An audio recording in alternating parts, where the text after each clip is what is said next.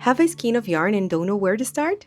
Don't worry, in this video we will teach you how to turn it into a ball. Let's start by removing the tag. And now we're going to untwist the skein, carefully untwist it and open it out. You need to keep all the strands where they are supposed to be at this point or you'll get in a tangle. Use your hands to support it. Place your open skein like this, and with scissors we're going to snip out the ties. Here you can see there is a knot. Take one end and wrap it around your fingers several times. When you feel like you have enough, take the yarn off your fingers and start wrapping around itself, changing the direction slightly every few wraps to create a ball shape.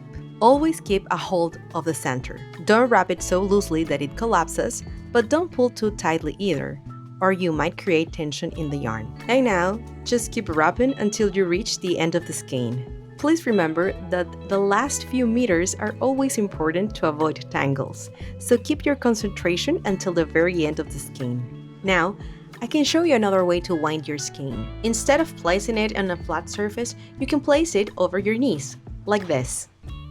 And a third way to wind your skein is to place the open skein over the back of a chair, like this. Either way, you can easily turn your skein into a ball of yarn. Happy knitting!